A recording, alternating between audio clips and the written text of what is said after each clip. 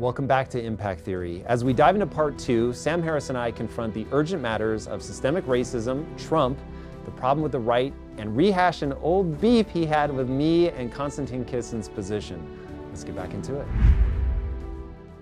So the border, I think, is something that we can end up over focusing on. I think the border is a symptom of something larger. For me, it is a few different ideas that are people are in the grips of. So thing number one is that for, call it the last 50-ish years, there's been a march through the institutions with a radical Marxist, just to directionalize it, viewpoint that has come out to DEI. And I think what DEI is designed to do is break institutions by hijacking people's compassion circuitry, and that the real thing that makes that stick is that also everybody wants to do something incredibly meaningful for the world.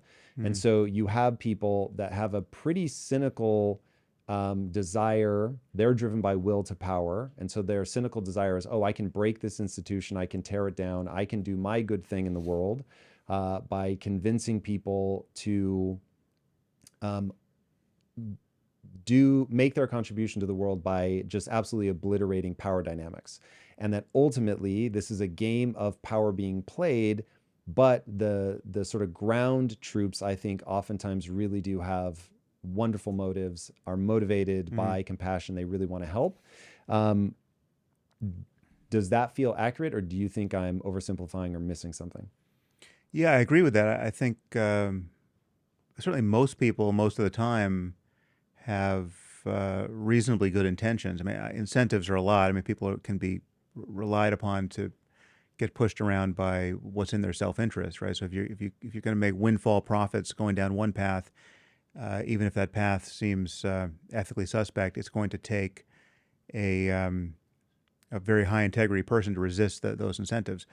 So the larger solve here is we want systems of incentives that make it easier and easier for even selfish people to behave more and more ethically and even more and more like saints, right? If you have the right system of incentives, you can even have sociopaths effectively behaving like saints because they're just they're appropriately incentivized to do that. Whereas if you have the wrong incentives, you can have people who are nearly saints behaving like sociopaths because it's just the incentives are just overwhelmingly aimed in the wrong direction. But I agree with you that compassion has been misdirected and just informed by bad information. I mean, most people who think, to take something like defund the police, for instance, that the worst political slogan ever hatched.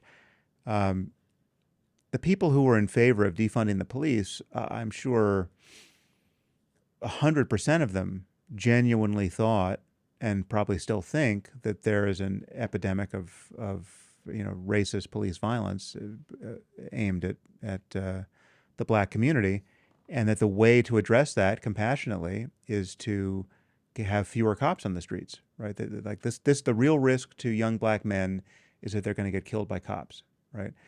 That's just not true.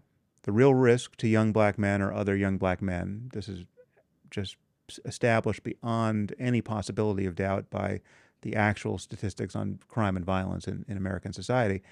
And what you have in the black community is bad policing, failures of policing. Murders don't get solved, right? Petty crime. You have a history of the war on drugs, which was targeted to disproportionately to minorities, and that has been terrible and has created a cycle of incarceration that has been a genuine source of misery and unfairness in our society. And so the war on drugs is its own problem, and what it did to our justice system is certainly worth analyzing and not making those mistakes again. But when you actually look at the reality of murder in America, it is overwhelmingly a story of black men, young black men killing other young black men in the black community, and ineffective policing of those crimes, right?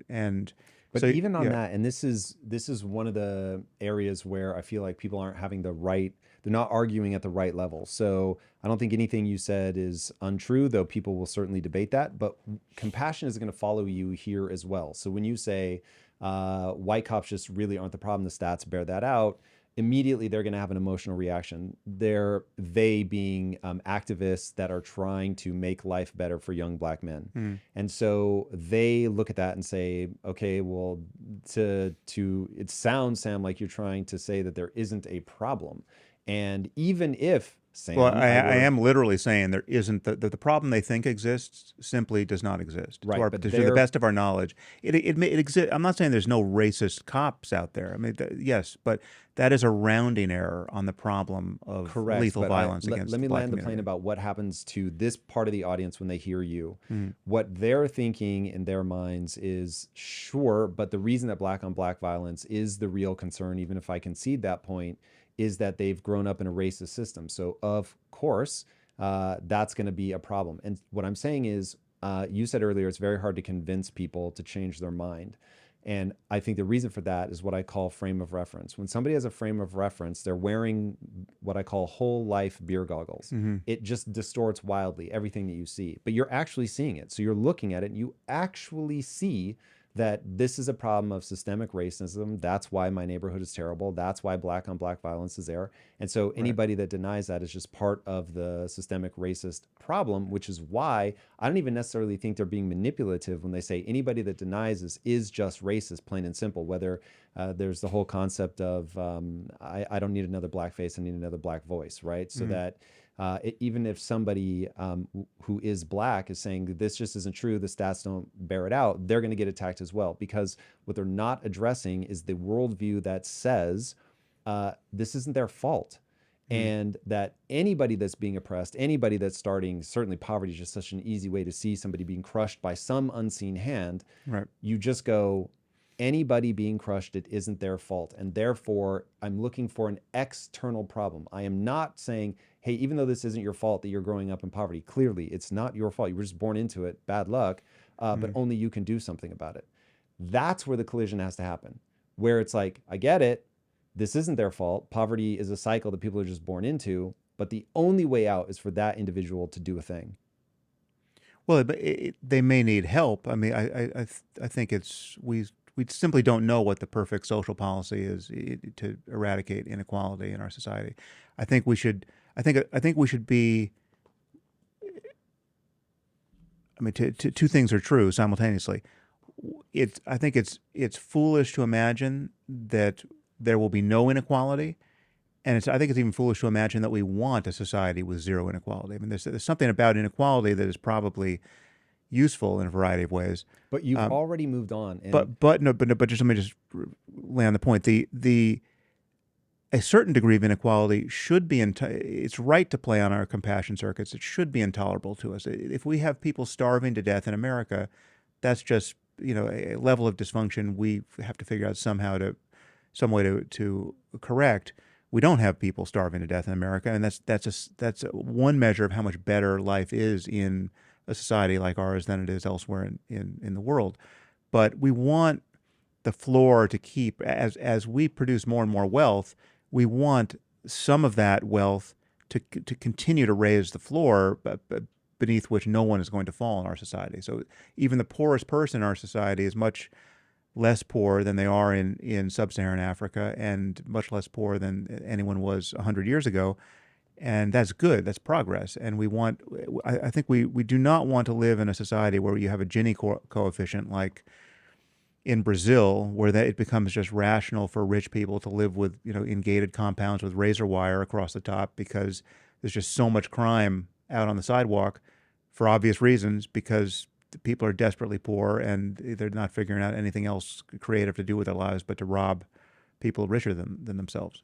Well, so this gets to the thing that I'm really trying to drag people to, and there's something about the way that I approach this. I am not able to get people in my lane here. The reason the Gini coefficient matters is there is a true thing about human psychology, which is poverty isn't a problem. poverty next to wealth is a problem because it triggers I know you know the capuchin monkey thing. Yeah. Give a capuchin monkey a cucumber for doing a thing and is perfectly happy to take it, but it prefers grapes.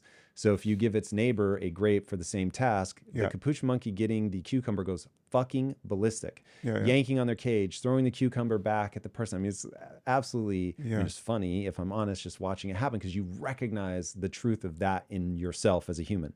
And so where I'm trying to get people to go is, because this all started with, is the West committing suicide? And if it is committing suicide, how do we defend the West if it is worth defending? I think you've already made a good case that the West is worth defending, but the line that people need to draw is it's worth defending because it yielded better outcomes. So now that our current system is beginning to yield a Gini coefficient that is bad, we can say, okay, something is starting to break down. And so now we need only address that it is currently yielding an ever-increasing Gini coefficient. And if we know that leads to violence and our North Star is human flourishing and humans don't flourish in violence, we now have a system that is no longer outputting the thing it needs to output. So to me, the West is predicated on one simple fact. Some ideas yield better outcomes than others. You must put those ideas out into a marketplace and let them compete. So we let people have free speech. We let people have private property. We let people generate wealth by creating things that other people want. And hey, even though it's a trade-off, it is definitely not a perfect system that you can then just track based on results. Now, what I see breaking down is an assault on results-based systems full stop because they yield inequality. And going back to, you have cynical actors driven by will to power, hijacking the compassion of people to get them to stop looking at outcomes. And so now you have Thomas Sowell's quote, the last 30 years have been marked by exchanging what works, meaning it yields an outcome, with what sounds good. So from what I can see, the only way to defend the West is to get people to buy into some ideas yield better outcomes, and that we must judge every social program, every potential way that we solve a problem through the outcome that it generates. Yeah, I mean, there's a coupling. There's intentions. You have to have the right intentions. I mean, if you have bad intentions, then you're gonna seek bad outcomes. So we don't want to discount the role of intention, but yeah, we want to know whether the goods we're attempting to achieve in the world are actually achievable, and if we're producing harms that we don't want, we should be aware of that, and we should error correct. And insofar as we don't have systems that are responsive to that, or incentives that are responsive to that, that's clearly a problem. But we should recognize that there are consequences to just failing to coordinate. Like if you take the American society as a whole, if you have, let's say, I mean, I'm not saying we have good remedies for homelessness in California, but let's say we just had the most compassionate and well-intended and, in fact, wise policies with respect to homelessness and what to do about it in California, and they didn't have any of that in neighboring states, right? In neighboring states, they just had a draconian "get off my lawn" policy, right? Well, then California is going to attract all of the nation's homeless, or all of the homeless from the surrounding states, even with a good policy, and be overrun. And to some degree, I think that's probably happened in California, because But doesn't that, to you, automatically mean it isn't a good policy? Well, no, but I'm saying idiot compassion can have bad consequences that way, where if you're just essentially subsidizing fentanyl addiction on your sidewalks, right? That's obviously stupid, even locally, but it's going to have this global consequence of drawing more of the drug addicted and homeless to you. But I'm saying that even if we had a good policy, right, which is better than just funding drug addiction on our sidewalks, if no other neighboring states have good policies, well, then we're still going to be pulling more than our fair share, and it could break our system too. So, like, we have a coordination problem that we have to solve as a nation, and arguably as a global civilization. I mean, I think there are problems that we can't solve as a nation, right? I mean, climate change is not something that any one nation can address, And a global pandemic is not something that any one nation can address, right? So we need coordinated efforts, even at a global scale. Um, and we should recognize this even from a position. I mean, you don't have to be a saint or even to be especially motivated by compassion to want these goods to be shared broadly. You just have to be wisely selfish. I mean, you just have to recognize, I mean, no matter how selfish you are as a billionaire in Silicon Valley, no matter how much you are taken in by the illusion that you are completely self-made and that nobody gave you, nobody gave you any help at all, even though you can't account for any of the abilities and contexts that allowed you to do the work you did, right? But be as resolutely selfish as you want. Then ask yourself the question: just how many homeless people do you want to have to step over on the sidewalk, leaving your compound, right? Do you want to feel unsafe at a restaurant because there's so many people panhandling, at the tables that, in the cafe? I mean, do you want to be able to sit outside in a restaurant, or is that going to be unthinkable now because there's so much chaos on the street? Just what sort of society do you want to be in? Do you want to be surrounded by desperate, envious people, or do you want to be surrounded by creative, self-actualized, happy people who can be your customers and who are going to celebrate your success when you do something visibly successful? Or are you going to or do you want to be surrounded by people who are thinking maybe it's time to get the pitchforks and murder you, right? It's like even just a psychopathic commitment to self should bear at least some modicum of altruism for self-preservation alone. You should want life to be minimally good for everyone around you. And so we don't need widespread sainthood to get to agree on policies that would make life better for more and more people and solve a problem like homelessness. What do you need then? I mean, we need to cancel dumb ideas, right? I mean, they're obvious.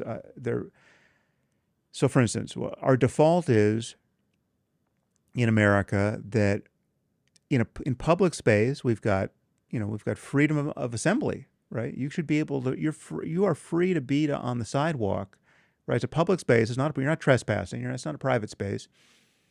And our default sense is that someone should be free to live out the chaos of their mental illness or their drug addiction or their violence in front of us, and even die in front of us on the sidewalk. And that compassion, the better part of compassion is allowing that to happen, allowing the autonomy of just living your dysregulation out in front of others. And it somehow is unseemly or bigoted or otherwise selfish to point to the obvious social cost of having to live with this dysfunction in our midst, right? So like to have to cross the street with your children so as to avoid the obviously insane or obviously drug addicted person on this side of the street, that's a social cost. Right. That is. There are businesses that aren't opening or that will soon be closing because of all this chaos here.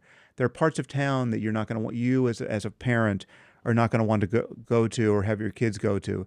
Those restaurants will close. Right. Like this is all of this spirals, and we all have an interest in figuring out how to help that person and figuring out how that help is best delivered in a way that doesn't make this particular part of the city, and in some cases some of the nicest parts, the most valuable parts of a city, uninhabitable. And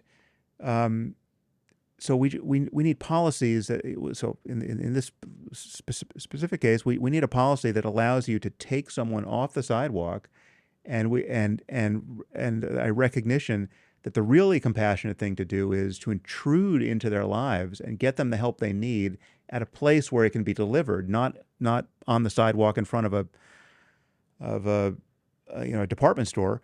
And yes, there are people who need to be taken out of society and institutionalized in some sense, whether it's just to deliver rehabilitation with respect to drug addiction, or it's mental health treatment, or getting them on appropriate medication.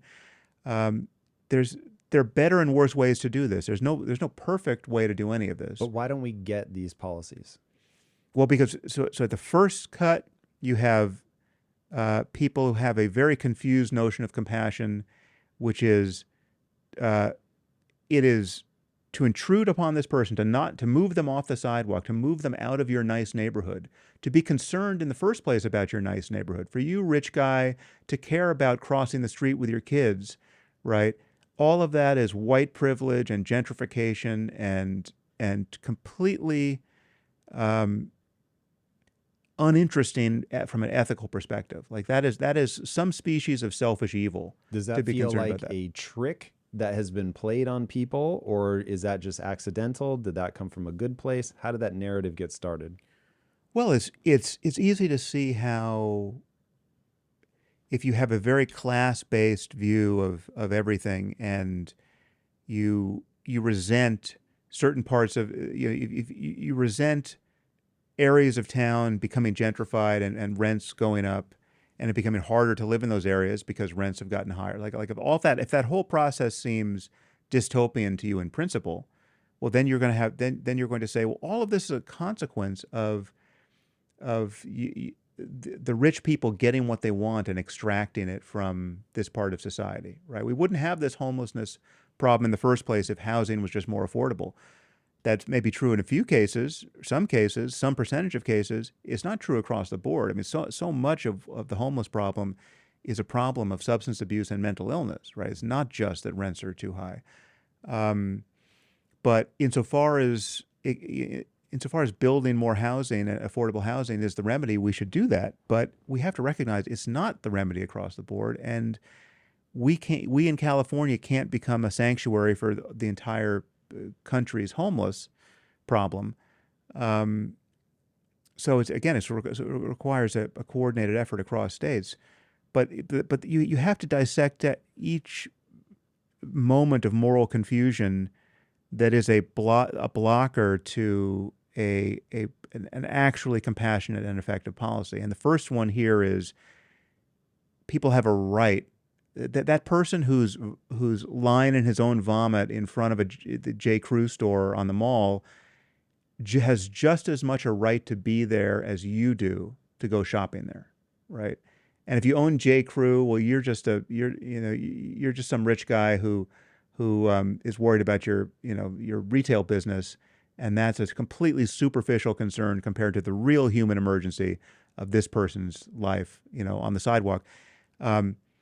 And it stops there, right? You're some species of bigot to not want to have to step over that person in order to go into a store. And you're some species of bigot if you're a store owner noticing your business being destroyed by the chaos and dysfunction on the sidewalk. And all of that class-based resentment toward the rich people who are trying to figure out how this what used to be a nice neighborhood got so ugly, that has to be dissected and realigned with a really compassionate policy, which is you are not doing this person any favors, letting them bake in the sun, on fentanyl on a sidewalk, right? Like that is not the freedom you should want them to be exercising, right? You have to figure out a policy by which you can intrude upon their lives and move them to a place where they can actually get help. If you're a smart business owner, you're looking for ways to cut costs so you can stay competitive. And one solution that's helped over 37,000 companies do just that is NetSuite by Oracle. NetSuite is the #1 cloud financial system, bringing accounting, financial management, inventory, and HR into one platform and one source of truth. It reduces IT costs and cuts the cost of maintaining multiple systems. You improve efficiency by bringing all your major business processes into one platform, slashing manual tasks and errors and giving you an edge over your competitors. By popular demand, NetSuite has extended its one-of-a-kind flexible financing program for a few more weeks. Head to netsuite.com/theory right now. netsuite.com/theory. That's netsuite.com/theory. theory. Do you think simply explaining to people what the moral math ought to be will actually make this happen? Or do things have to get so bad that pain and suffering, plus having heard somewhere a podcast at one time, Sam Harris walks me through the moral math, swings us back in the opposite direction? Well, I don't think there are that many minds that have to be changed. I think, the people in charge, the people who are on our city councils and in the mayor's offices and the governor, et cetera, I mean, those are the minds that have to be changed, and then we can get new policies. I mean, so far as people have to vote for initiatives, all of that. I mean, there's a war of ideas that has to be won, but I don't think it's hard to win it. And certainly, I mean, there's a lot of low-hanging fruit here. I think again, to come back to where we started with this conversation, there's a distortion that social media has created for us, where you have a very small percentage of activists who are seriously confused about right and wrong and good and evil, who are so loud on social media that they cow everyone into silence. I mean, it's just so painful to become the target of people who have way too much time on their hands on social media that people step away from it. But it is a minority. I mean, we just have a very distorted sense of just how many people are, I mean, to take an issue we haven't touched here, but around which there's a ton of activism, like just what percentage of people in the trans community are actually trans activists who are making people's life hell online, right? It's probably a small percentage of even the trans community, and the trans community is the tiniest percentage of any society.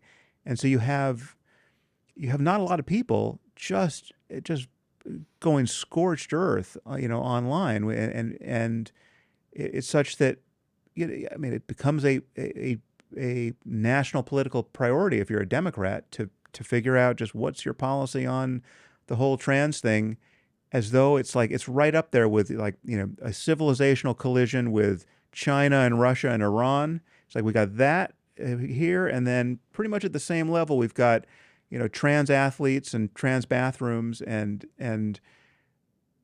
I maybe have to give equal time to those things, right? And even if you're Biden, I mean, it's insane what he has done to his own political prospects just on that issue. I'm not saying that we shouldn't be compassionate around the trans issue and that we shouldn't have political equality for trans people. All of that's real and worth talking about, but the idea that Biden has used the amount of political capital that he barely had on that issue the way he has, I mean, it's a pure distortion based, I think, largely upon what activists have managed to do on social media.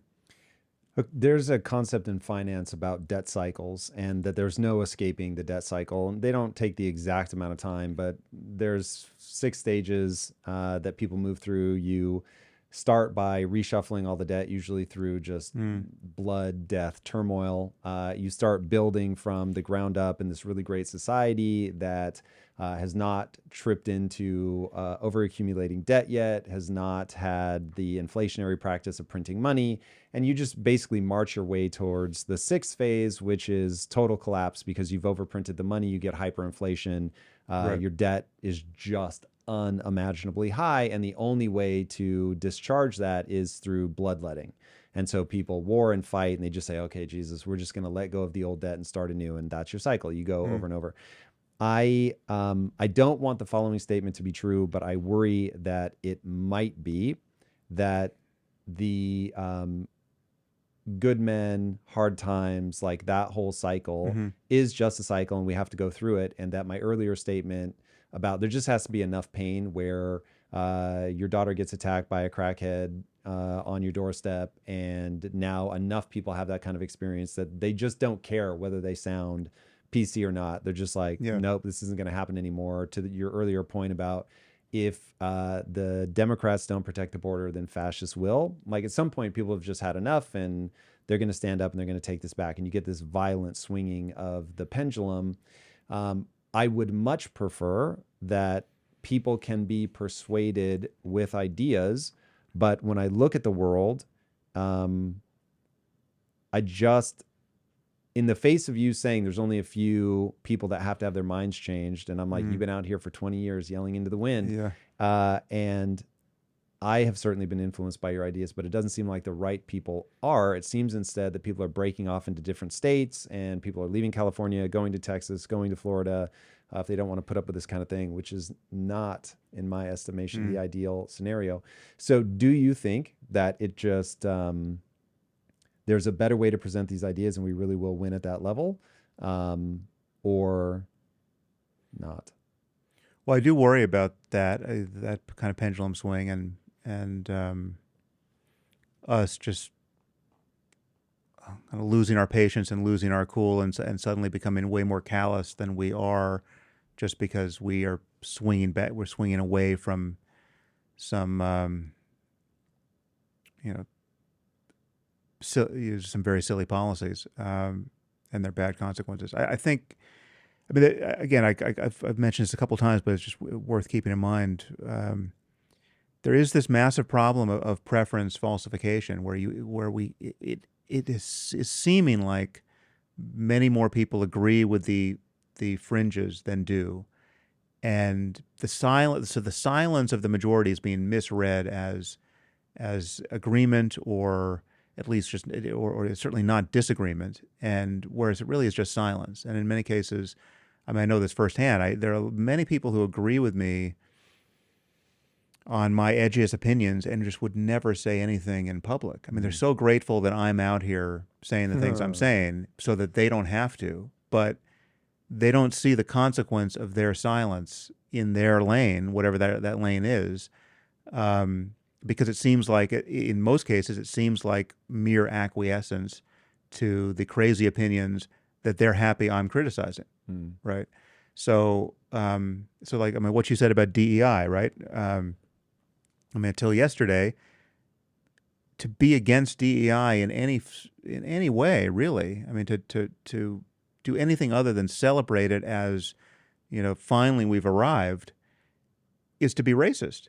And to be called racist in America certainly is the worst. It's the worst thing you can be called, probably next to a pedophile, and to merely be called it is to be tainted with. I mean, to be called it with no justification is in many cases enough to perform a kind of reputational murder, and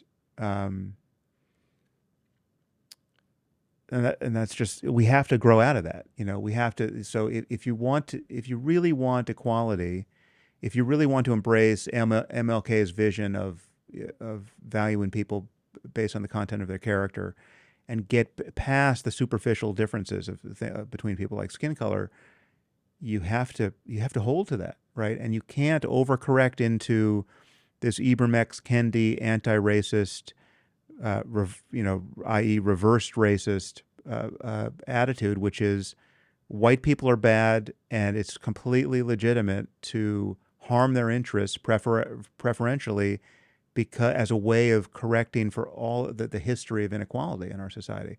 I think it's totally valid to look at the consequences of past racism and worry that there's something more we should be doing to correct for what is currently a status quo that, when you look at the details, should still make people uncomfortable. I mean, the fact that on average, white families have 8 times the wealth of black families in America, right?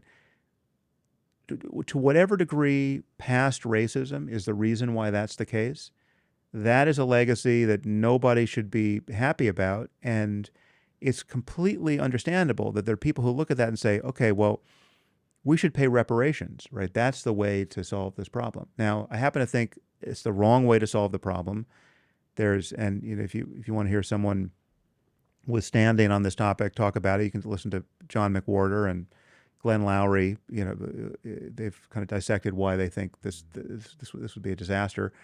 But the impulse to just we know what our history was with respect to race in America, and to look at present inequality with respect to wealth and health outcomes and levels of crime, it's completely natural to say, okay, wait a minute, we've got something to atone for here, and what can we do to to help. I'm totally sympathetic with that. DEI at the level of who gets into medical school is the wrong way to help, right? To lower the standards so that when you walk into an office and your doctor's black and you have to think, oh my God, I know that for the last 15 years, standards have been lowered at every stage along the way to promote more black cardiologists and black neurologists. And now I'm left thinking, does this guy or gal have lesser qualifications than the Asian doctor that I could go to or the Jewish doctor I could go to? And to know that in many cases the answer is probably yes, given the system we've built, that's awful, right? It's racist to have to think that way, but the fact that you could be justified in thinking that way based on bad policies, that's serving no one's interest, certainly not the black community's interest. So if we're going to put a thumb on the scale, we have to figure out ways of doing it that don't actually destroy what is good about meritocracy, right? Where you know that the person who's flying the plane is actually qualified to fly the plane, and you didn't grade on a curve based on skin color so as to get more black or brown pilots. I mean, that's just, no one wants that. At 30,000 feet, everyone's an elitist. Everyone wants a qualified pilot, right? Everyone, when it's brain surgery for your kid, you're an elitist. You want a qualified brain surgeon. You don't want the DEI version of brain surgery. And when we find out that Asians had to score 400 points higher on the SAT to get into Harvard because of their DEI policy, and then Harvard was correcting for it on the admissions committee by saying that Asians lacked personality, right? And this was their euphemism for how they were going to implement their reverse racism. It's an embarrassment and rightly so, for the whole institution. So there's no question that there are inequalities that we want to respond to compassionately. There's no question that there'll still be some amount of inequality left that we ultimately have to convince ourselves we don't care about, right? Because there's just no way to make everything equal all the time. There's no question we want to figure out how to spread the wealth around, but we want to incentivize creative, selfish people to make as much wealth as possible. These are all, there are going to be trade-offs at the margins, but in the current environment, it's very easy to recognize bad policies. Yeah. I want to paint a vision for how I think we get out of this. Let me know if you see any holes in this, because you've done a good job of mapping the problem space. I come at it as a business guy, which I think is the right training for looking at something like this, because you're getting punched in the face by the market all day, and you realize to pay your staff their salaries and make sure they can take care of their family, you better solve these problems real fast. You have to understand what a good outcome is. It has to be very well defined, and you have to be thinking kind of like a pool player. It's not enough to get the ball in the pocket you want it to go in. You have to set up the cue ball for the next one that you're going to knock in. So think of it as second and third order consequences. So I think I'll just grant that doing some of the admissions things that Harvard was doing was really coming from a wonderful place. They were just only thinking first order consequences. They were just thinking, I'm going to give more African Americans a chance at this. But they may not have even looked at the die already being cast by, if Jeffrey Canada is right, and it really comes down to the number of words that a child hears by the age of 3 and the ratio of positive to negative words because of what it does to the language centers of your brain, that by the time they get to a college admissions board, that's really not the place to try to help them. Again, now I'm looking at it as a business guy, and I'm willing to say, and quite frankly, I changed the whole direction of my business when I realized that this was true, that in some ways you have to give up on adults. And that's just, you're going to work so hard to try to overcome those problems. Whereas Jeffrey Canada has started schools, and he'll put the school in the same building as a school that's failing. I mean, just bad test grades everywhere you look. And he chooses children randomly from the population of kids that would go to that school. So they're not hand-selected. And they just absolutely crush the test scores that they get. So same kids, same school building, but different teachers, different techniques. And they just absolutely smash. And it's really, really incredible. And so I'd be very curious to know, again, I need to know what outcome I consider desirable. If those kids which have better reading, learning, mathematics scores, more of them go to and graduate from college, I'm going to guess, now I am guessing this part, that they have higher lifetime earnings, but I'm also going to guess that they're higher in verbal fluency, they're higher in mathematical fluency, all of things which, just as a selfish person in society, I just want to, through human freedoms and ensuring that they are armed with the best education and thusly best brain development humanly possible, I get to extract the value that they'll add to the world, right? So roads are going to get better, maybe cars get better, education gets better, just medicine gets better, everything gets better, better, better. Yeah. But that is, again, it's focusing on the outcome and understanding not just getting the first ball in the pocket, but how do I set myself up well for the next shot. But the thing that I think freaks everybody out so much that I just cannot get this idea to be repeated by anybody is that I say you have to give up on adults. Like it's just the reward of time and energy is just not there. They can make change. Adults can make change. Please understand. Like I have a university that I teach only adults at, but they're what I call the 2%. And so I started all of this trying to teach adults when I was running my previous company, Quest Nutrition. And I just had so many kids that grew up in the inner cities. 2% of them had changed their life forever. 98% though did nothing with the ideas. It was crazy because they were blinded by their frame of reference and potentially just not having encountered enough of these ideas early enough in their brain development that it just made it harder for them later in life. Again, that's a poverty thing. It doesn't have anything to do with skin color. Right. So anyway, that to me seems the way out. You just have to be relentlessly focused on nipping the problem in the bud, which as far as I can tell is poverty, that you need education that is going to dramatically impact brain development. And then you have metrics all along the way for early indicators of future success. Verbal fluency, reading comprehension, mathematics, problem solving, how to be creative and address novel problems, so on and so forth. Do you think, maybe that's impossible, but do you think if it were possible that would work, or am I missing something? Well, so I don't know. I can't speak to Canada's results in Geoffrey Canada's results in education, but assuming they are, as you say, obviously there's a consequence to having the right techniques and at the earliest possible level in education versus the wrong ones.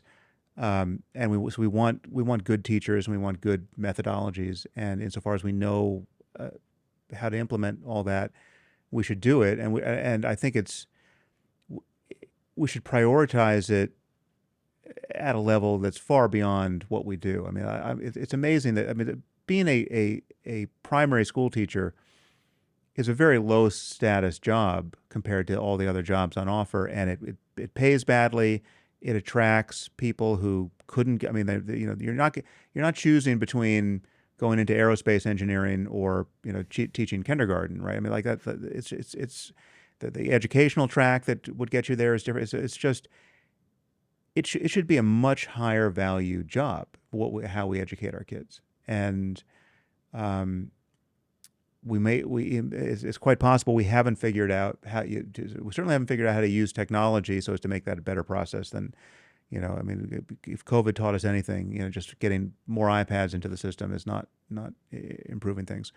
And I'm amazed at how mediocre education can seem, even when it's seemingly the best education, on offer, like a private school education.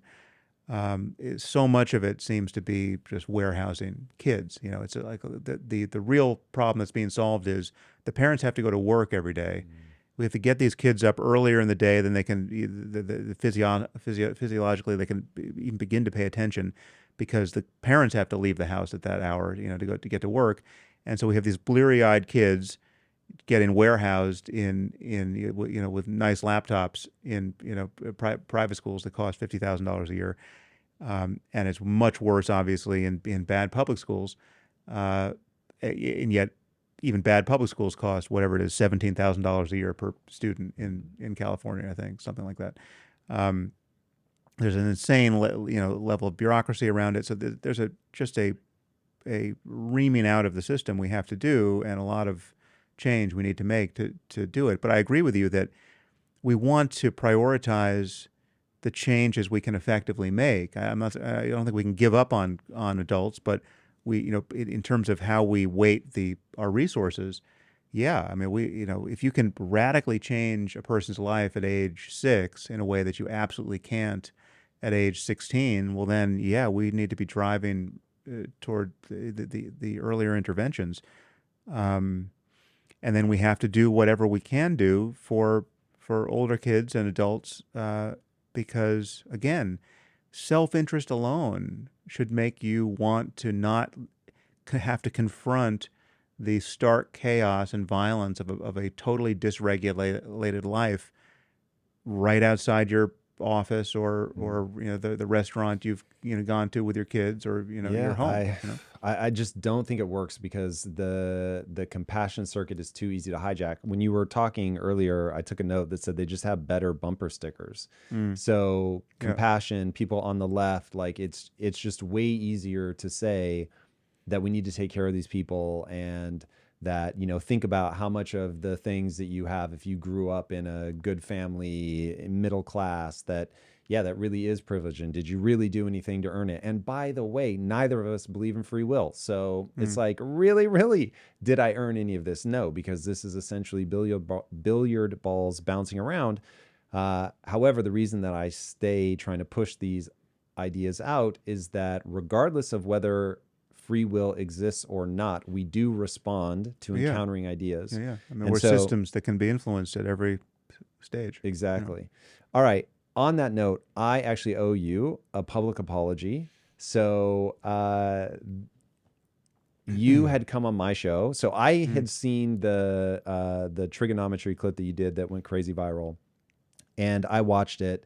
And I was like, okay, hold on. Sam is somebody I respect tremendously. You're one of the most important parts of the sense-making apparatus, I think, literally for the world, certainly for me.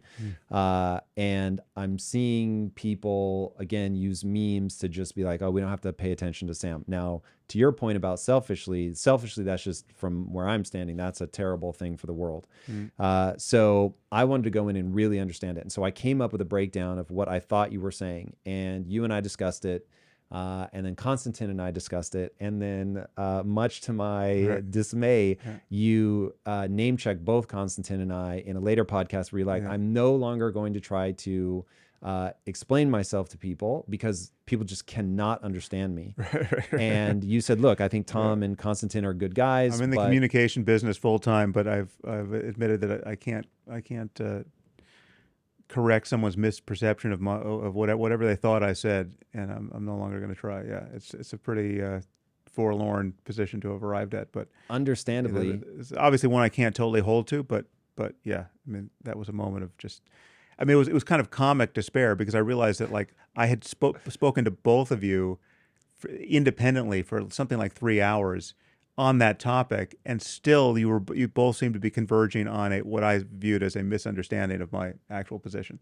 I will not speak for Konstantin, but I will speak for myself. I was aghast when I heard it because I thought you were so wrong, and I felt that I had so come to your aid, giving like the only plausible explanation that there was for what had happened. And then I went in researching for this episode, rewatched all of it, including what I said, and I really was wrong. So it's one of those, when I went into the research, I was like, there's no universe in which I don't understand this. So to be confronted with the fact that I did get it wrong is utterly fascinating. So I want to present now what I think you were saying in that. Okay. And again, it's not necessarily that I agree, and I touched on some of this earlier in our interview about where I don't agree, in that I think it has a second order consequence you may not notice or may not care about. I don't know. But so anyway, here's the take from that clip where a lot of people were just like, Trump derangement syndrome, you can't be trusted. So for people that don't know, it was about the Hunter Biden laptop. And you said, more or less, obviously a paraphrase, there's no corruption you're going to find on that laptop that is going to be more troubling than the corruption that I already know that Trump has. Right. And given that the laptop was a political game that was being delivered, one needs to acknowledge that and be willing to play an equally effective, you didn't say political game, but that felt like the undercurrent. Like you just have to meet that with, and it was a coin toss up. You were very clear on that. You're not sure what the way to go was. So you just thought better to go slow. Now, because there was a few things you started to say, there's nothing that could have been on, and then you stopped yourself, but me and others put that together with, oh, you were about to say there's nothing that could have been on that laptop, combined with an well, earlier... in your defense, I said that Biden could have the corpses of children in his basement. Exactly, but it was clearly a joke. So, but those things end up getting conflated. And then through it all, what I thought you were saying as I sort of parsed through it and thought, okay, how could... knowing that Sam is a well-intentioned person, what could he have meant? The first erroneous conclusion I came to was you believed Trump was an existential threat to the world. Now, in rewatching the clip, you're very careful. You said Trump is an existential threat to democracy, not to the world. So I missed that. So that was part of my thing. And I was like, okay, Sam is saying if he's an existential... And again, I was not speaking especially well on that podcast, so I said a few things that were genuinely misleading. So I used an asteroid hurtling toward Earth analogy, and that immediately puts people in mind of, okay, I think Trump is an existential threat to the life on this planet, right? But I wasn't using that analogy to make that point. I was using it to make the other point that we were talking about conspiracies and whether conspiracies are ever legitimate. And my point is that if there's an asteroid hurtling toward Earth, if people are going to conspire behind closed doors to figure out what to do about that, we don't care about conspiracy. There's nothing intrinsically bad about people coordinating their efforts in private to figure out how to solve an emergency. And so, but again, there was a lot that was easily... that podcast was so easy to clip to my disadvantage. But the truth is, any podcast is, this podcast is. I mean, there's no question that someone can take out a snippet of something I've said in the last 2+ hours and make me look like a racist who doesn't care about inequality in our society and thinks whatever that I mean, just there's so many bad intentions adjacent to an honest diagnosis of any specific problem in our society. I mean, it's so easy to look like you're getting tipped over into someone who just doesn't care about suffering in this world. I mean, so anything I've said about Islam or Gaza or race in America, it all is easily caricatured or misunderstood, and so it's always a tightrope walk. And I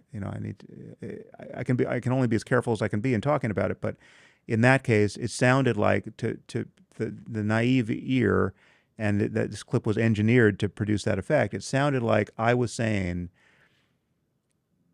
you can throw all of your commitment to honesty and integrity out the window because this was such an emergency. You're justified in lying, burying evidence, throwing all your journalistic scruples out the window, ignoring real stories, just to get the political outcome that I, Sam Harris, want, which is Trump not having a second term, right? If you love coffee and a little bit of caffeine, but hate the jitters and that afternoon crash that comes with it, there is finally a coffee replacement that you've got to try. It's from Peak and it's called Nandica. Nandica is made from the highest quality ingredients and claims to activate your metabolism, promote healthy levels of testosterone production, and provide sustained energy without the jitters or crash. With slow release caffeine that comes from fermented probiotic teas, Nandica delivers an energy boost that lasts throughout the day so you can stay focused and productive. Peak has well over 15,000 5-star reviews, and for a limited time you can get up to 15% off plus a free rechargeable frother and cup with my link peaklife.com/impact. Click the link in the description or go directly to peaklife.com/impact to get up to 15% off plus 2 free gifts. Now, I think the harder part of all this is that even I didn't respond to the clip. I had responded to the full interview, and even I took that away, doing what I consider pretty careful analysis. my presentation first to the world and then to you is, my presentation of the world is, I think it is incredibly important to steelman somebody's argument when you don't agree with them in a way that they would recognize. And so I steelmanned your argument, really believing I had found a path forward where I could understand you, because you've been so useful in my life thinking through difficult things that I was very reticent to say Trump really broke your brain or whatever, right? Because then I start going, ooh, like there's some major discounting there. And so I found it, ended up being wrong. And I found that I was wrong because I steelmanned the argument in a way you did not recognize. And you gave me, I mean, this is podcast sort of back and forth. We weren't doing it directly, but you gave me feedback that you did not recognize my steelmanning of your argument. Right. And so then I went back and was like, let me see who's right. And it's really been a really positive loop. Now, part of just my innate thing is I don't trust myself to get things right. I'm very skeptical of myself, that just in the way that people ought to be, quote unquote, skeptical of the science. I think it just makes sense to always be looking for, is there really something here? Just assume for now that it is my fault. And so in seeing that, I would encourage the world to always do that. Don't think somebody your enemy. Think instead, okay, can I say what they're saying in a way that they would recognize and actually get them to confirm that where you can. Okay, so that did me very well in this argument. Now, my request to you is, ironically, all the stuff that I've been belaboring in this talk is actually more or less about Israel-Palestine. And the reason is I feel completely ill-equipped to think through the problem, other than through first principles, which will get me some of the way. But I feel ill-equipped to think through the problem of Israel-Palestine. And I see people using a memed version of things you've said to just be like, you're racist, basically. Like anything that they're conflating you saying that a tenet of radical Islam leads to the holy war of jihad, that's a problem. And so we'll get into that in a second. But because they're like, I'll watch people, like I'll listen to your podcast and be like, whoa, these are incredibly useful points. And then I'll see people do commentary on the same podcast and they just loop around, this is racist, racist, racist. I'm like, whoa, whoa, whoa, whoa, whoa.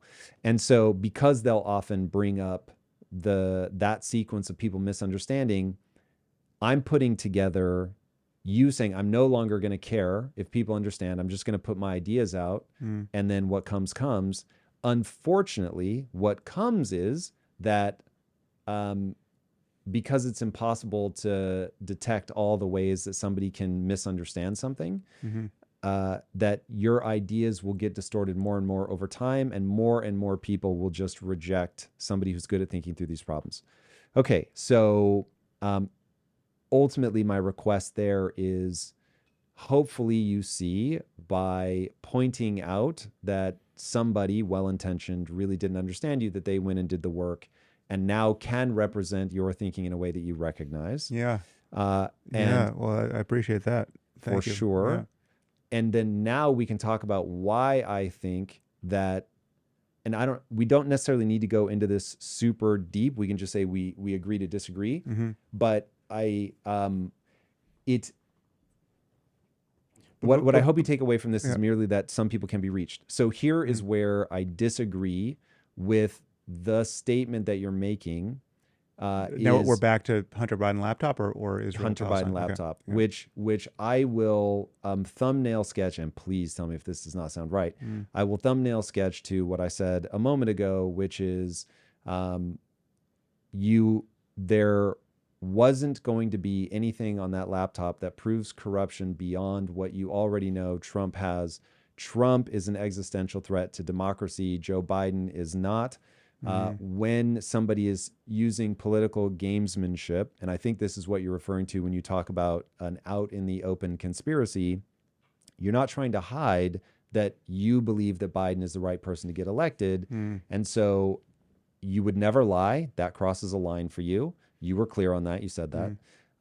But that given that this was timed to cause maximal disruption, the response should be in that context. And so the response should be either to slow roll it, or maybe someone like the New York Times, if they can really get their facts together quickly enough, coin toss, maybe they should debunk it. They definitely should not have silenced the Washington Post, New York Post, whatever it was. Twitter, when you go back and look at all those, you really do lay those out. So now, though, even though I understand all of that, and it's a very nuanced position and does not strike me as crazy at all, however, it strikes me as not advantageous in a world where the second and third order consequences are, it's very hard to put all of that together, to parse it. And because of that, then people meme it and they just go, see, this is just evidence that there's nothing on that laptop. Sam doesn't even care. Sam's just a shill for the left. And he's broken on Trump. And I think that you could actually debate the points of, is Trump an existential threat to democracy? What would have needed to be on that laptop where you're like, oh shit, Biden is actually more corrupt than Trump. And then you can lay out why you think Trump is corrupt, where the line is for you, where if this thing had been, like if Joe Biden is taking bribes from this country and this amount, whatever, I don't know. But if you give people that, then they can be like, okay, cool, I get it. Because the initial thesis of this episode is we are falling into conspiracy land. People's desire for conspiracy, their appetite, that's a better way to say it. Their appetite and openness to conspiracy is fucking skyrocketing. And if they don't have the institutions and experts that they can turn to, I think all hell breaks loose for the reasons that I outlined at the beginning. Well, so we're in a vicious loop here because we're awash in misinformation and lies. And so our information landscape is just polluted with toxic waste. And the problem is any effort to clean that up, certainly any effort that the government exerts, whether it's through laws or just through encouragement, right? Just talking for the government talking to social media companies, like, really be nice if you stopped this particular, bot army that is lying about, election fraud, say, please, would you do that? Anything like that, anything that the technocrats do, the people who own the platforms, to dampen down, to bias the algorithm against what they consider to be misinformation. All of that looks like the Orwellian confirmation of the worst fears of conspiracy theorists, right? Our own institutions look like the bad guys. We're being gamed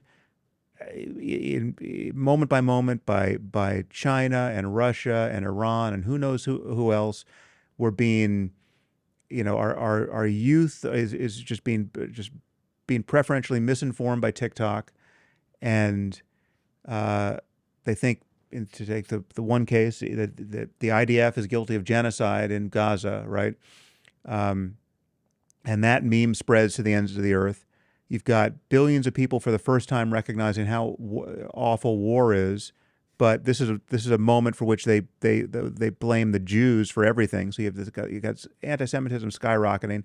Any attempt to modify that algorithmically boosted catastrophe is perceived as a conspiracy, and maybe a Jewish-inspired conspiracy, if you're on this particular topic, and it just gets framed as this is the real enemy, or authoritarian control of our freedom of speech. This is censorship. Now, we have to figure out how to break that spell, because we have a misinformation problem. We have a cyber war problem. We have we are being gamed by outside actors that don't wish us well, and it's not all coming from Russia and China, but they're fanning the flames of our own ambient partisanship and noise, and they don't have to do much work to do it, right? I mean, we're so at each other's throats politically that they just have to keep touching us, just keep Black Lives Mattering us over here, and keep libs of TikTok over here,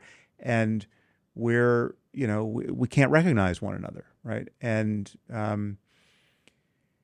so we have to acknowledge that problem, and we have to get the people. This is why I think there's something especially culpable about alternative media, the space in which you and I live now.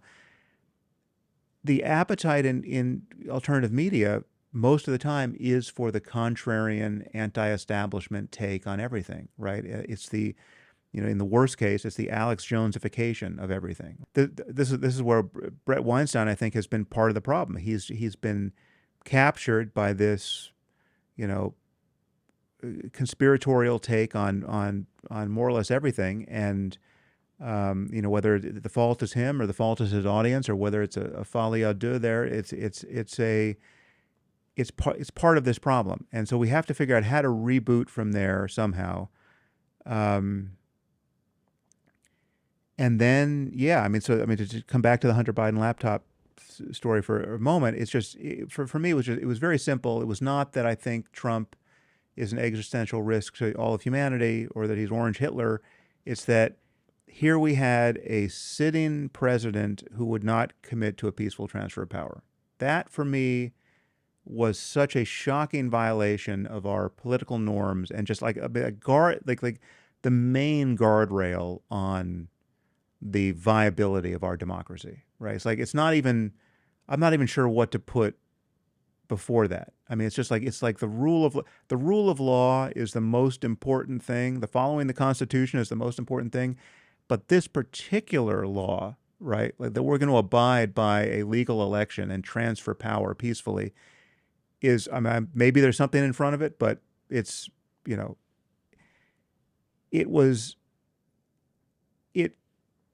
there literally is no other concern. There's literally nothing could be on that laptop that would rise to the level of superseding that concern, right? Nothing that you can imagine. Nothing that I think is remotely like. Well, I'm sure I could imagine something. I think for people to understand what you're saying, give them an example. What could have been on that laptop where you'd be like, okay, now this is admittedly worse? It would be hard because, it would have to be a criminal intent on the part of Joe Biden. I mean, Hunter Biden is irrelevant to me, really, but it would be some criminal culpability of President Biden, or not yet President Biden, candidate Biden at that point, that was as seditious to the norms of our democracy as not committing to a peaceful transfer of power. So right? taking money from China, let's say. Yeah, it's not as Russia. bad. I mean, it's bad. It's awful. I mean, and to my knowledge, nothing like that has been established on the basis of the laptop. But all of that would be awful and disqualifying. But it's not as disqualifying as being a sitting president who will not commit to a peaceful transfer of power. I mean, I think that's just an absolute no-go zone, and it should be completely discrediting to his candidacy now. I mean, the fact that he is the Republican candidate, given that history, and given that we didn't have a peaceful transfer of power, given what happened on January 6th, I mean, as much as you want to discount that and say that some of that was just live action role play and it wasn't real, to call them insurrectionists is an exaggeration. Price all of that in, we still failed to have a peaceful transfer of power for the first time in our history, and it was because of him. It was because of what the kind of populist lunacy he had consciously stoked, and he'd done it throughout his entire presidency, and he did it for a full 9 months in the run-up to the election. He was not committing to a peaceful transfer of power. He was seeding the concern that the election was going to be a fraud in advance. And so it was the most malicious use of presidential power I had ever seen, directed against our own society and our own democratic norms. And I think it's a 20 megaton political problem. It's not the end of the world, but it is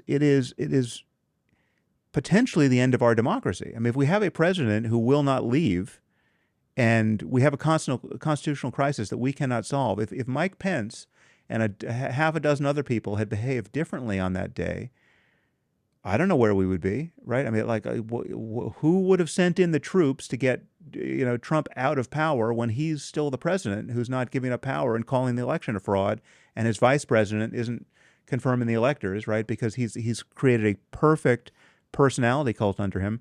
We were very close to that. I mean, it was a handful of Republicans who still cared about the Constitution, who kept us from blowing through the last guardrails on our democracy. And so all the Republicans who are minimizing what happened on January 6th, I think, are being, completely deluded and irresponsible, and setting the stage for something awful to happen in November. I mean, I don't know. It feels like half of our society is poised to not accept the results of the next election, no matter how well run it might obviously be.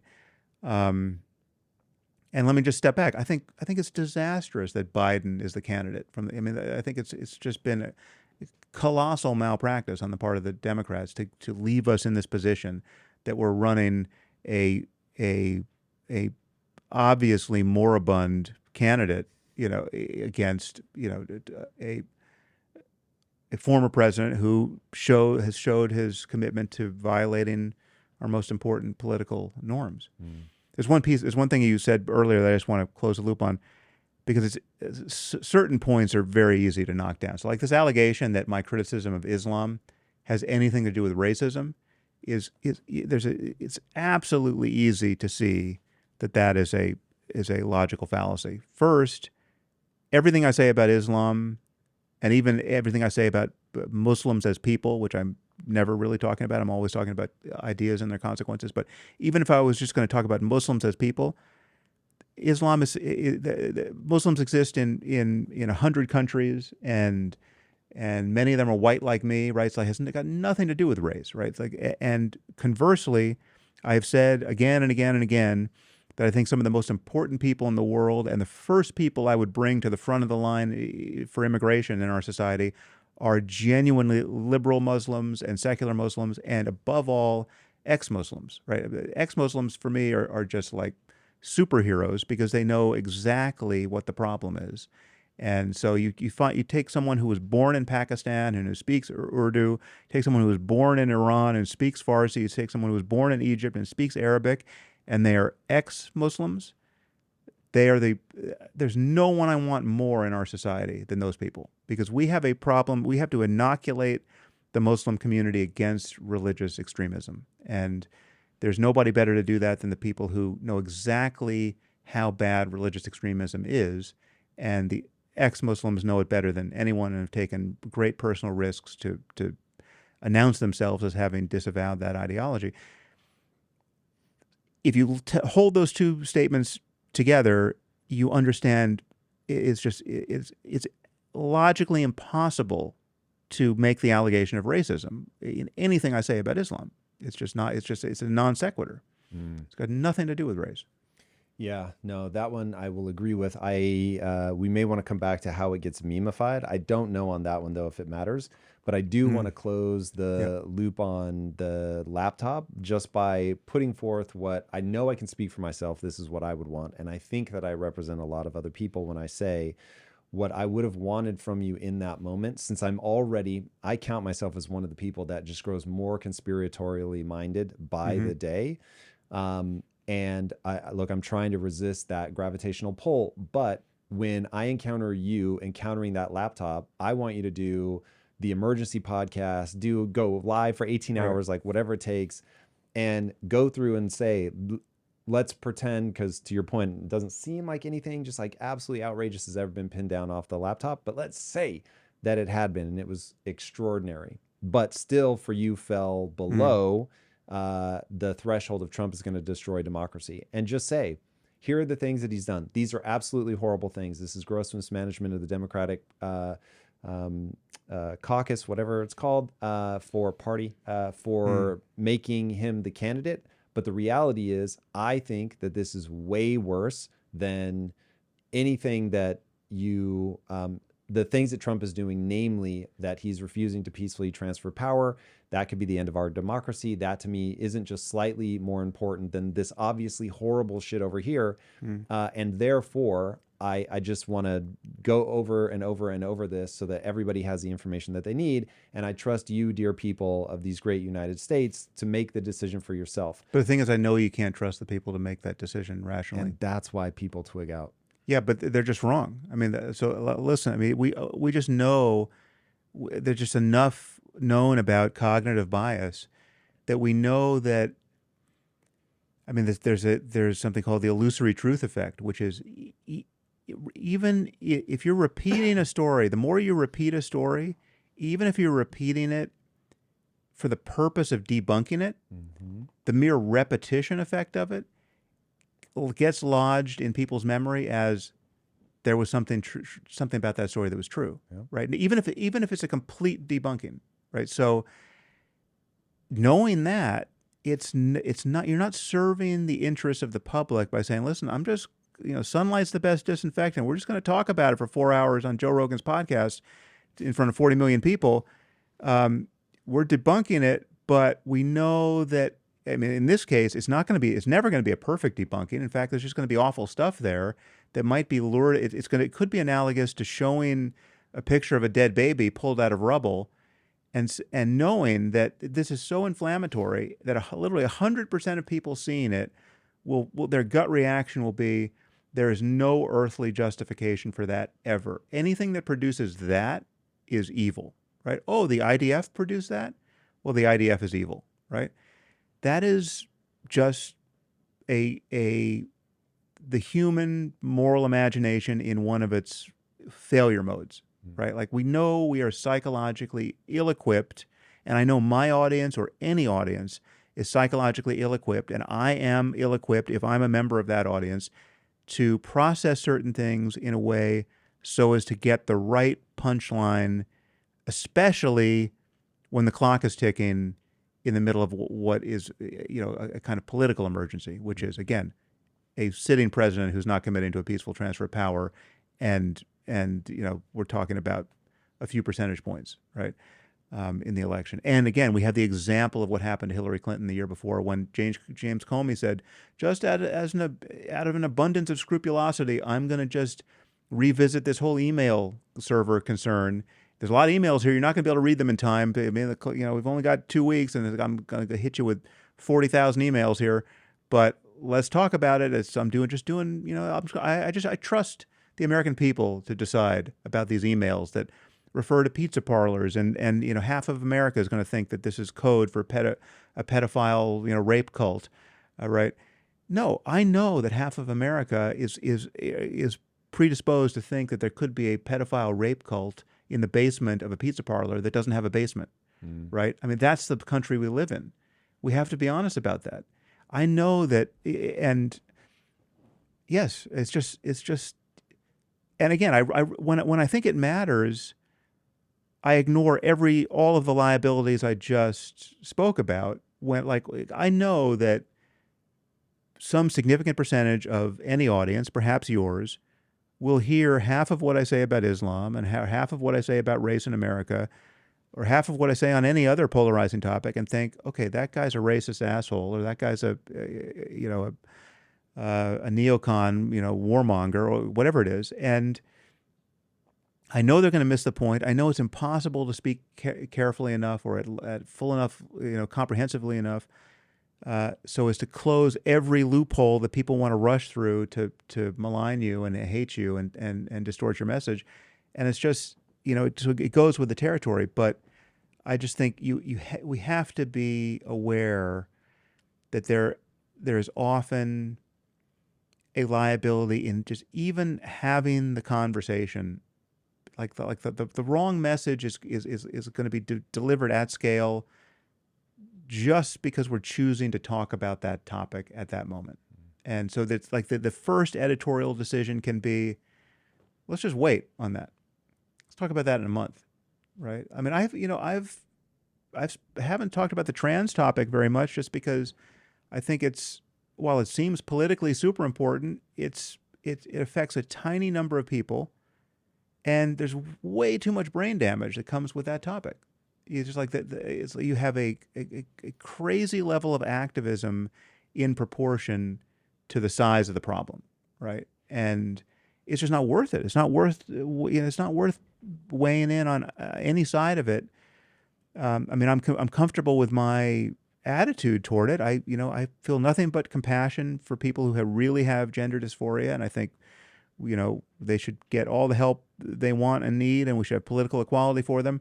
And over here at the extremes, where it's obviously social contagion among teenage girls, and it has nothing to do with a real, condition. It's a social problem that we should get our hands on, and all of these weird political ramifications where you've got people who were men 15 minutes ago now competing in women's sports and winning titles that belong to the girls. That's completely dysfunctional and obviously just rubbing people the wrong way for reasons that are totally understandable. And yet, if you really are a transgender athlete, we should figure out some way for you to be athletic and, it's like without distorting everything, because there's only 5 of you within 500 miles, and it's just there are trade-offs. This is a situation where there are trade-offs, and there's not going to be a perfect solution. But I have always felt that there's no reason for me to be a person who dedicates 10 podcasts to that topic, given the size of the problem and given which is small, and given the level of brain damage that comes at you when you say anything like what I just said for the last 3 minutes. It's just not worth it. You got to pick your battles. Yeah. No, I get that. And I think that your point about trade-offs is the right point. That's really what I'm trying to drive home. I think that you're so consistent in your position, but I think you're making a trade-off on the way that you approach. You're talking with Hunter Biden? Yeah, where you say that. But that's why honestly, I really did say it was a coin toss for me. I still did. I still don't. I don't have a settled opinion on it. It could be argued either way, and I know that there are journalists even at the New York Times who disagree with me. Right. Yeah, but I'm just saying, go back to the thing that I will zoom in on in this exchange is there's a second order consequence to you saying that we know enough about the cognitive biases of people at scale in this country to know that they're not going to look at a debunking of this and understand the argument that even if he is corrupt, it's just not as bad as breaking democracy. And so I'm being very consistent, me, Sam Harris, I'm being very consistent, and this is what I make the decision on. People just aren't going to hear that. And when you say that we can't trust them to make the decision, even if you're right, because this goes back to trade-offs, that, like, for instance, me in that situation, I fully accept that and this is how my mind thinks of it, to preserve the integrity I want to feel towards what I want democracy to be, I have to let democracy be jeopardized. I have to let it go all the way. I have to this is just my take. But it's not a suicide. Democracy is not a suicide pact, right? I mean, it's like we don't, if you're jeopardizing democracy, you don't have a democratic obligation to watch it go off a cliff. So here's from my frame of reference, which I fully recognize as being that one that's totally distorted, but from my frame of reference, it is a subversion of democracy to keep information from people because you don't think they can make an educated decision. Now, I get that it happens all the time. Because you always have, there's an infinite amount of potential information. You as the New York Times, or you as a podcaster, or you as anyone, can only get a hold of so much of it. You're always making editorial decisions. You're always deciding, like, the New York Times today has to decide, well, how much are we going to focus on the border? Are we going to publish another article about the border? Are we going to wait a week? Is there anything new it's all just like seat of the pants intuitions of just like what is rising to the level of interest.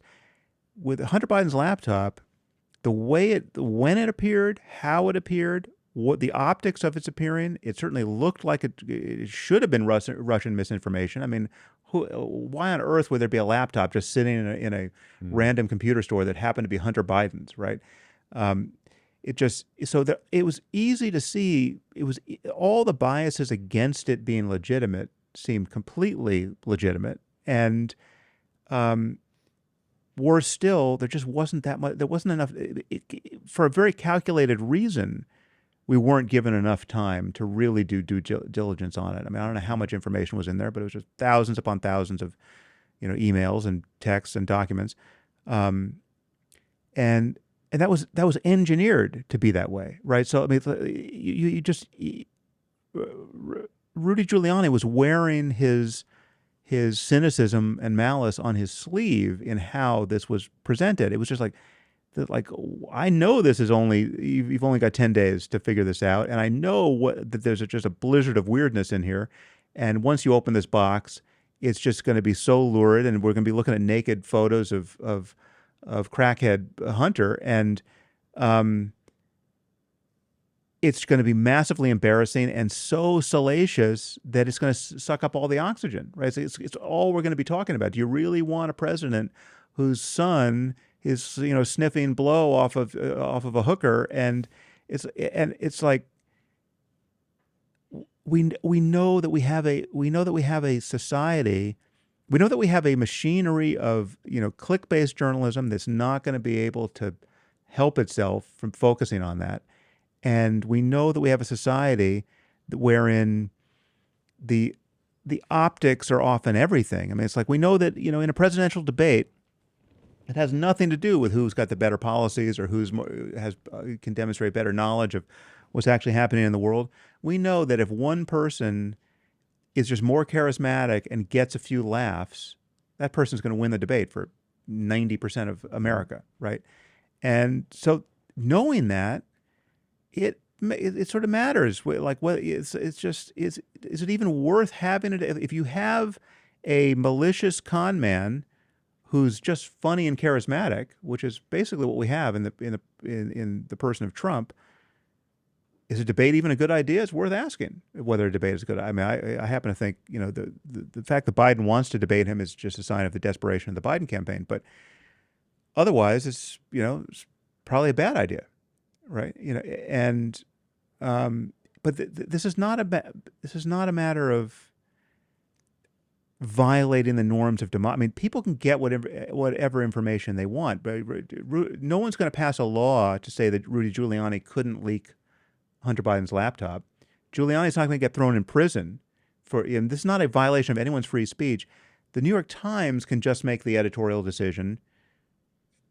We're just going to wait 2 weeks on this. This is just too much like Hillary's emails and an October surprise. We don't want to be a part of this. And the truth is, I thought it was a coin toss, and I know, I've spoken to New York Times journalists who don't agree with me about it. I think that's fair. My thing is, I just want that all to happen out in public, which is where we disconnect. And I get that. We just have different base assumptions. My base assumption is that the second order consequence of people feeling like there are people somewhere making a decision about what they get to see because they don't trust them to be able to make these decisions creates this sense that I live in conspiracy land. And I think that is worse than another 4 years of Trump, who was unable to subvert democracy in his first 4 years. So I look at that and go, yeah, don't love that that's my candidate. However, what was worse? What was worse than another? Because the only thing that happened, I mean, the thing that happened that I think shouldn't have happened was Twitter suspended the New York Post's account.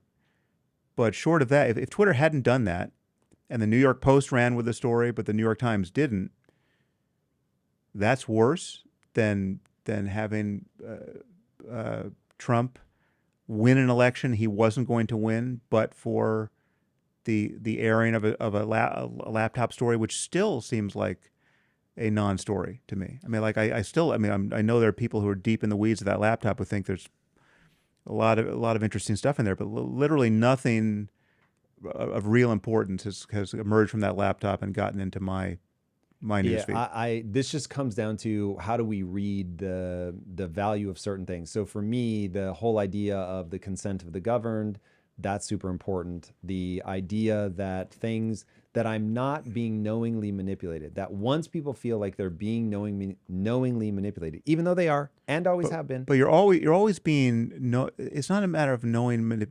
I mean, that's one way to describe an argument when you don't agree with the argument. But but the argument was this is a machine of very very likely has all the appearance of a machine of political misinformation, partisan misinformation, designed to affect an election at the very moment the election's about to be run, right?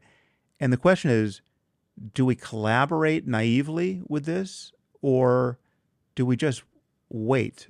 Now, it's not to say that we're never going to look at this laptop. It's just to say that, like, do we give Rudy Giuliani, again, who's like the least scrupulous person on planet Earth, next to the person whose interests he was trying to serve, do we give him everything he wants when he wants it, when we know what his intentions are and we have no reason to trust any representation of the contents of this thing being real? Like, it all takes too much time to figure out. Or do we wait a beat? It just seems given what, again, 4 years before we saw what it looked like. I mean literally, it looks like Hillary very likely at that moment would have won the election, but for what Comey did. My thing is, because I can now track your value system, your base assumptions, what matters to you, I completely understand where you're coming from. I just have a different value system around that second order consequence of it. It has made people feel that they've got yet more evidence that they're being manipulated by, I mean, let's just call it elites as just a simple way. But everything is a manipulation at that level. I mean, so I get, but that's if somebody's why lying, they're falling into conspiracy land. No, but everything is like, again, everything is a choice, and more information, more accurate information even, isn't always better. I mean, for instance, I've said that. Do you think that I don't understand what you're saying? Because really, if you, like, to defeat my stance, you would have to come at me and say, where you're going wrong is being worried about people falling into conspiracy land. It is not going to have the negative impact on human flourishing, which, Tom, you said is what you want. It's not going to have the negative impact on human flourishing that Trump getting back into office will have. And then it's like, okay, then we can debate the merit of that. But every word I say for me is downstream of, I believe, the second order consequence of making people lose faith in their experts and institutions is creating so much derangement. I'm actually way more afraid of that than I am that we might get 4 more years of Trump, because we might again get 4 more years of Trump. And honestly, I'm not even sure if people take RFK off the ballot. I don't know what the fuck I'm going to do, because I've got one candidate that is obviously in cognitive decline. Good luck convincing me otherwise, which means even if I elect him, he's not the one running the country. That freaks me out. That doesn't feel democratic. And then on the other hand, I have Trump who, like, there's so many things there that make me uncomfortable. I don't even know where to begin. And so I feel like, okay, now I'm left with these absolutely horrendous options. And so all I focus on in this moment is I don't trust myself to be the arbiter. So that means that this is just me. This is just how I see the world.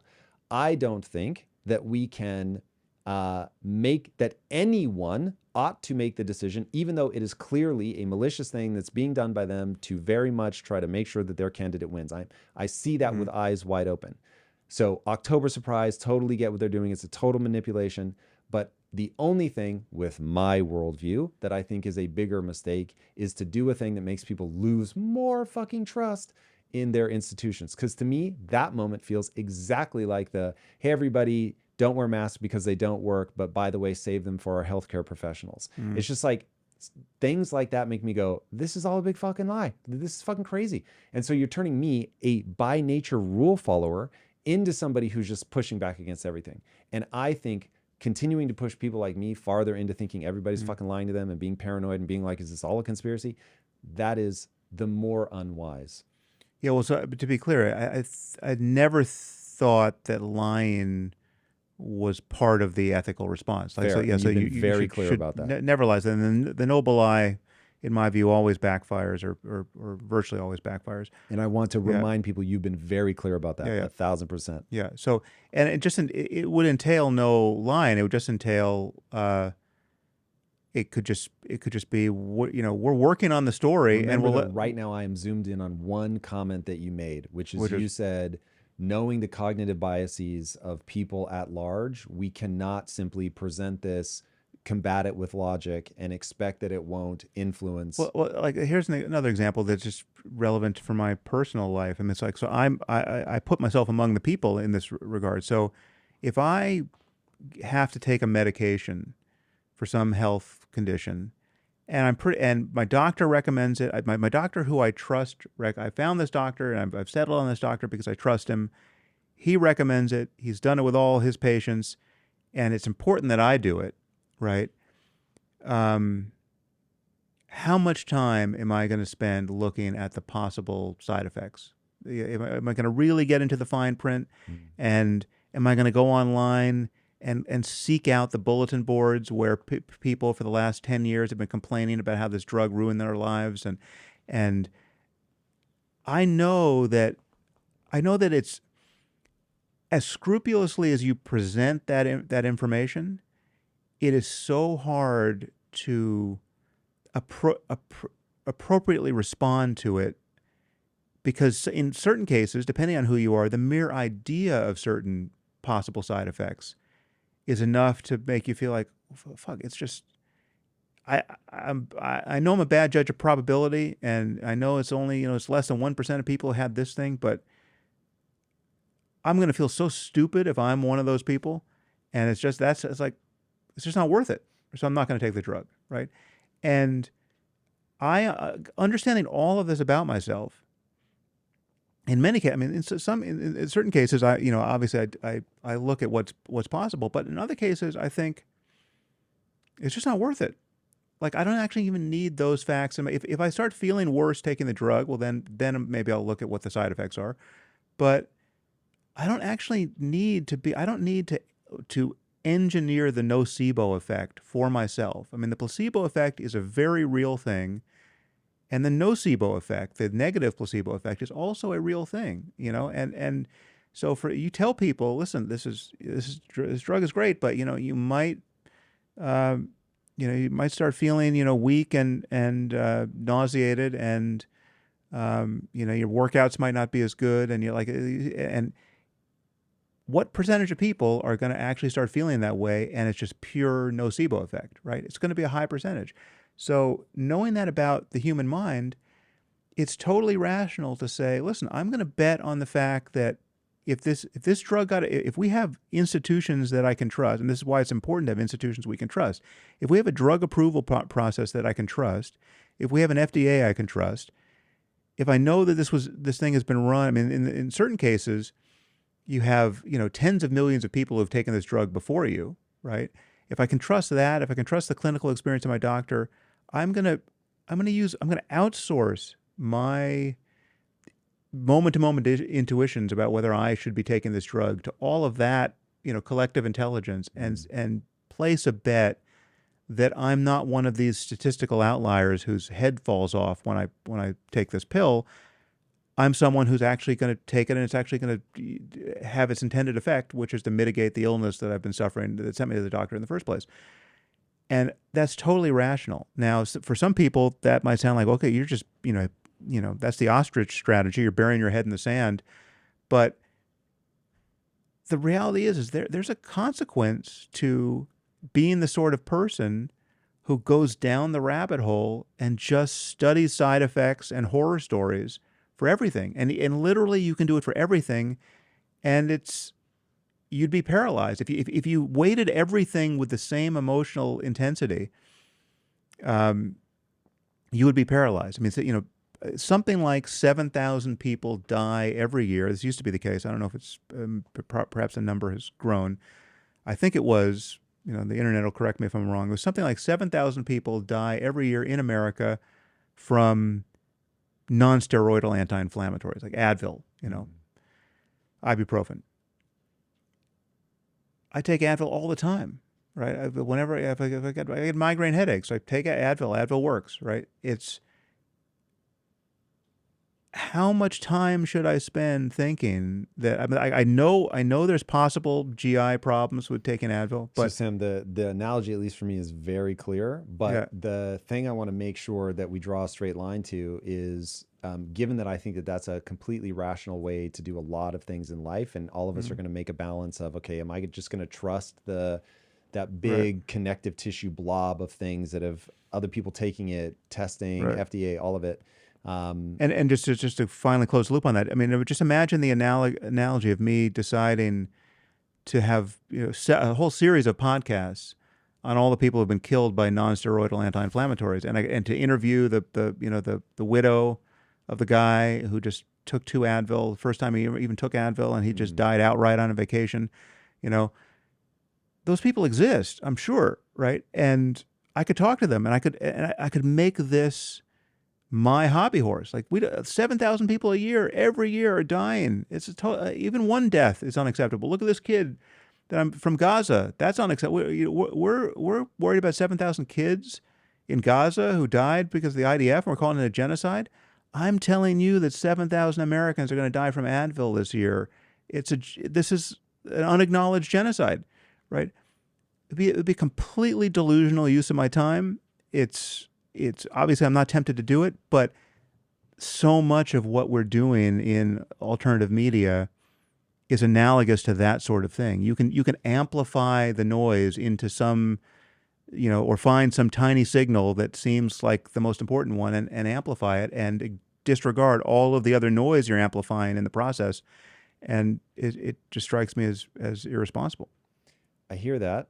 However, we imagine you were doing those podcasts and you were uncovering true things where you really have been lied to, sometimes by a small degree, sometimes by a horrendously large degree, sometimes where you're like, I could give them the benefit of the doubt, but other times you're like, this was just blatant lying. And the famous phrase, just because you're paranoid doesn't mean they're not after you. Yeah. And you can flip that. Just because they're after you doesn't mean you're not paranoid. Like, we keep finding out that we really have a reason to be paranoid. And so all I'm saying in this is that there is the second order consequence of saying, I know that there are these cognitive biases. I know that people will fall for them, and therefore they will not make a wise decision, and they will reelect somebody that is a threat to democracy potentially. And it's a towing cost. I don't know what the right answer here is. I just know that slow rolling, going a beat is the right answer. People just start to pick up on, like, oh, wait, we can't be trusted. Like, wait a second, what do you mean? And so it's that just another. In that case, I mean, the weighting was also just on, no one could be trusted to do a good enough job to actually present the final story in the time allotted. That's why it was an October surprise. Yeah, I mean, that's why he didn't leak it 6 months before the election. Of course. Right. I mean, all of this really does come down to what trade-off are people comfortable with. I feel you've been very articulate. I feel you've also been amazingly clear and consistent. And so I feel now that I have actually been able to map your worldview. And while we disagree on sort of you can put it on a bumper sticker, I'll be. Well, that'll be. Actually, I think we could get pretty close to a bumper sticker, which would be. Let me really try. Given the fallibility of the human mind, you must rely on experts and institutions as a part of your sense-making apparatus. That's a long bumper sticker. And I agree with that. Failure to do so puts you at risk of catastrophic error. Yeah, I mean, that's a point we haven't made explicitly until now, but I certainly agree with it. We just can't. There's no substitute for institutions and institutional knowledge, and it's like without them, each of us is forced to reinvent civilization on his own every time he gets out of bed in the morning. That is what's happening essentially. It doesn't feel like that much work, but you're creating an N of one frame of reference where you see a world that is slightly different than the world the next person sees, slightly different than the next and the next. Yeah. And certainly the world of independent media is generating that at scale. Social media is generating that at scale. To Konstantin's point, though, there's no putting the toothpaste back in the bottle. So then it just becomes a question of how do we deal with that? And my solution and your solution somewhat in practice, though I have heard your very well articulated disagreements.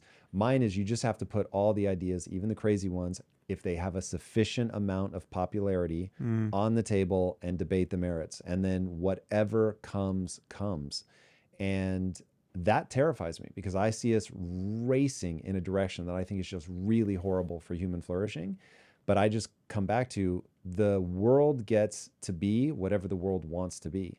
And if the world wants to be majority Muslim, then they're going to get it. It just is. It's just a fact of the way that this all works. And so the only thing that you can do is fight at the level of these are the ideas that I believe in. And I think that the service that you do particularly well is give people the language that they need to grasp and convey ideas that otherwise by themselves that they might not be able to think through. And now me pitching back to the world again is what I hope they hear is even if there are times where they don't agree with you, if they can map the base assumptions that you have or the value system that you have and go, oh, okay, cool. I see what he believes. And then I get why he takes that there. I don't share those beliefs. And so that's a part where I'm going to say, I can't just outsource to him thinking through this one. I either have to do it myself or I'm going to work with other people that maybe align in those values, and that's fine. What drives me absolutely fucking crazy is when people need everyone to see the world exactly the way they see it and they're not looking for tension. And if they looked for things that countered what they already believe and they hungered for people that think differently than they think and that they find a wise path forward by knowing where they're trying to end up, using data to tell if they're getting there, and then testing their ideas against other people who actually disagree with them, I think they've got a way better shot. Yeah. Well, I agree there. So Sam, thank you for the conversation. Obscenely generous with your time. Where can people connect with you? The Making Sense podcast or the Waking Up app. Those are the two places I'm spending most of my time. They are both brilliant, and I spend a ton of my time there as well. All right, everybody, if you haven't already, be sure to subscribe. And until next time, my friends, be legendary. Take care. Peace. To learn more about these complex topics, check out this episode with the one and only Jordan Peterson. Look how much I love my son. He doesn't even have a penis anymore. Those women online displaying themselves, they're not human. You're a fool if you think that's human. And Jews, they have IQs that are probably 15 points higher than the typical. So they're radically...